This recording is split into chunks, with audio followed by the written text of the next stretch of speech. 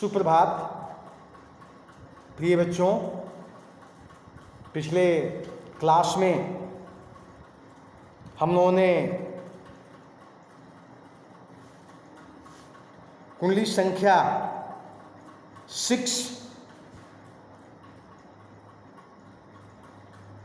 को शुरू किया था और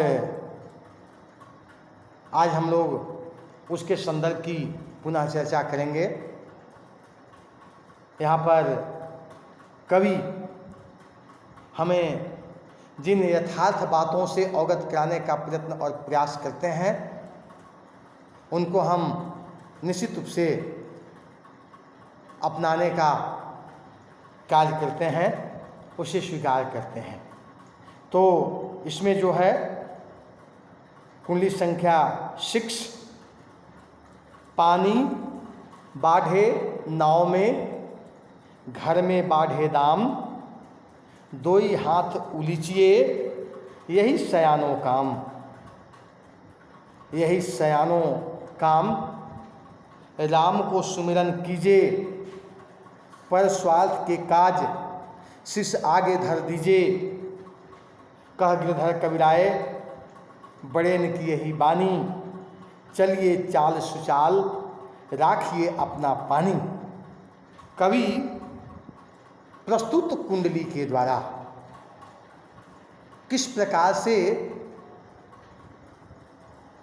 पानी बढ़ने के पश्चात नाव में अपनी बचाव को हम करते हैं, सुरक्षित रखते हैं, उसके संदर्भ की चर्चा की है। आप जब नदी पार करते हैं तब स्वाभाविक रूप से काठ की बनी हुई या अन्य प्रकार के चीज़ों से बनी हुई जो नाव होती है उसमें छोटे छोटे छिद्र किसी न किसी रूप में रह जाते हैं। स्वाभाविक है, उस छिद्र के माध्यम से पानी नाव के अंदर आ जा करके जमा हो जाता है। अगर पानी हम नाव से बाहर नहीं निकालते तब स्वाभाविक रूप से नाव को डूबने का खतरा बन जाता है, नाव डूब जाता है और बड़ी जान माल की हानि होती है। स्वाभाविक रूप से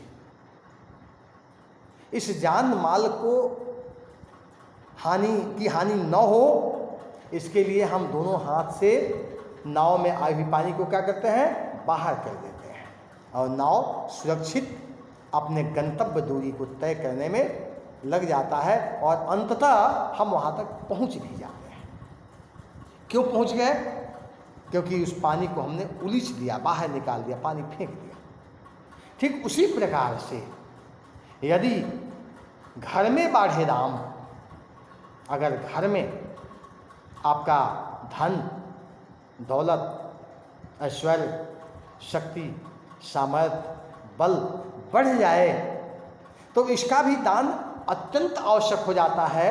निश्चित रूप से हमें इसे भी दूसरों की कल्याण के लिए, दूसरों की भलाई के लिए, परोपकार के लिए हमें दान स्वरूप दे देना चाहिए, प्रदान करना चाहिए। यदि हम ऐसा करते हैं तो यह सज्जन के लिए, सभ्य व्यक्ति के लिए एक बहुत बड़ी बात होती है।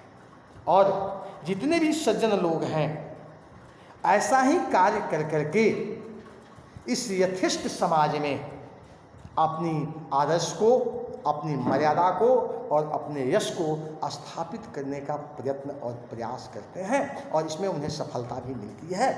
कवि इन्हीं बातों को हमें स्थापित करने, अंतर मन में सहेज करके दूसरों की परोपकार भलाई के लिए अपने आप को लगाने की प्रेरणा देता है।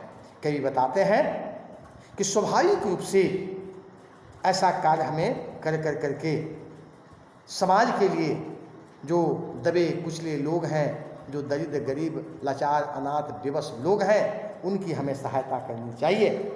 यही सयानो काम, राम को सुमिरन कीजिए, पर स्वार्थ काज शीश आगे धर दीजिए। हमें ईश्वर का नाम लेते हुए सद्म कर्म के रास्ते पर आगे बढ़ते हुए अगर कल्याण के लिए, परोपकार के लिए, धर्म के लिए, सत्य के लिए, न्याय के लिए नहीं, सिर भी कटाने पड़े तो भी हमें निश्चित रूप से इस सकारात्मक कार्य को करने का प्रयत्न और प्रयास करना चाहिए, क्योंकि इसी से समाज में एक सुदृढ़ता, अस्थाई भाव, संस्कार और संस्कृति और सभ्यता का आता है, और जिससे समाज बलिष्ठ, परिपुष्ट, मजबूत और निश्चित रूप से उदात्त हो जाता है। कवि हमें यह समझाते हुए बताते हैं कि बड़े जो लोग हैं जिन्होंने अपने बातों के द्वारा यह समझाने का हमें प्रयास किया है कि इस प्रकार के क्रियाएं, इस प्रकार के कार्य निश्चित रूप से सकारात्मक कार्य के द्योतक हैं, और ऐसे कार्य को कर करके हम समाज में अपनी उपस्थिति दर्ज करने के साथ साथ लोगों के लिए एक प्रेरणा स्रोत भी बनते हैं। अगर हम इस प्रकार की क्रियाओं को करते हैं तो लोग हमें देखते हैं, हमारे रास्ते पर चलने का प्रयत्न और प्रयास करते हैं, और हम सम्मान के उत्कृष्ट भागीदार बन जाते हैं। कवि क्या हमें कहते हैं, चलिए चाल सुचाल राखिए अपना पानी। हमें ऐसी चाल रखनी चाहिए, चलनी चाहिए जो सुंदर हो। चाल से अभिप्राय गति नहीं है। किसकी गति है? चरित्र की। किसकी गति है? इस मन मस्तिष्क की, हमारी प्रेरणा का, हमारा धर्म का, हमारा न्याय का, हमारे सत्य का। इस सारे जो कार्य हैं ऐसे करने चाहिए, ऐसे रखने चाहिए जिससे सम्मान भाव से हमारा कार्य मर्यादित हो, यथार्थवादी हो, और ऐसा यदि हम करते हैं तो हमें निश्चित रूप से अपना पानी, पानी का मतलब यहाँ इज्जत है, प्रतिष्ठा है, आदर है, स्थापित करने में सुविधा होती है, और हमारा आदर्श महिमा मंडित होती है। इसलिए हमें समाज, परिवार, राष्ट्र के लिए ऐसे नहीं सुंदर गति से अग्रसर होना है, जिसमें निश्चित रूप से उत्कृष्ट बात हो और हमारा मान सम्मान भी सम्मानित हो। इसी प्रकार की बातों को प्रस्तुत कुंडली के माध्यम से कवि हमें बताने का प्रयत्न और प्रयास करते हैं। इन्हीं प्रकार की यथार्थ भावों से हमें आगे बढ़ने की प्रेरणा करना चाहिए। तो आज के लिए इतना ही। अगले क्लास में अगली बात होगी। आपको बहुत बहुत धन्यवाद।